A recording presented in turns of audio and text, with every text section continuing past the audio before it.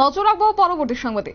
সাম্প্রতিককালে রাজ্যে চুরির ঘটনাকে কেন্দ্র করে সাধারণ মানুষ কতটা নিরাপদ সেই নিয়ে কিন্তু প্রশ্ন উঠতে শুরু করেছে।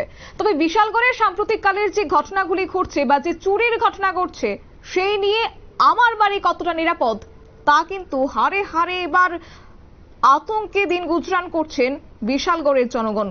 এই কথাটা এখন বিশালগড় জনগণের সবচেয়ে বেশি ভয়ঙ্করের বিষয় হয়ে দাঁড়াচ্ছে।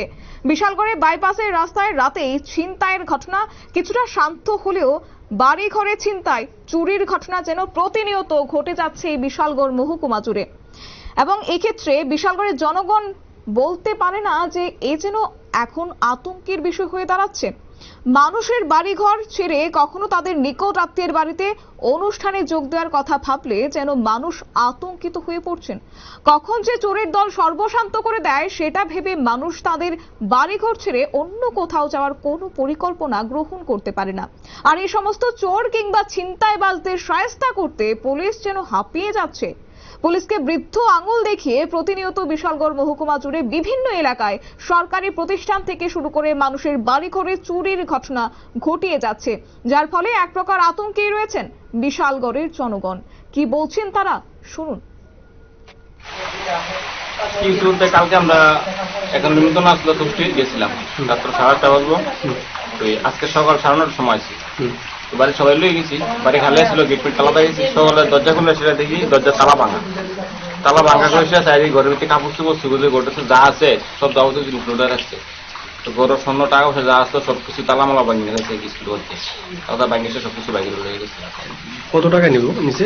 এমনি 12,000 টাকা নিচে ক্যাশ 12,000 টাকা আসলো, আর জিনিস আসলো 1.5 থেকে 2 দিব। পুলিশ আসছে? পুলিশ টুলিশ আগে গেছে, আসে দেখে গেছে, ছবি তুলে লয়ে গেছে। তোমার নাম কি?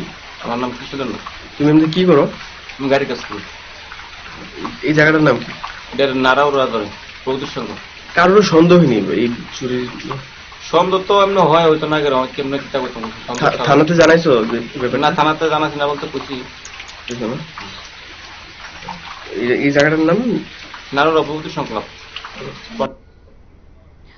আপনারা শুনলেন আতঙ্কিত এলাকাবাসী বা আতঙ্কিত সেই স্থানীয়দের বক্তব্য। তবে এই সমস্ত ঘটনার পেছনে দায়ী রয়েছে বর্তমান সমাজে বিভিন্ন নেশায় আসক্ত হয়ে পড়া যুবকরা।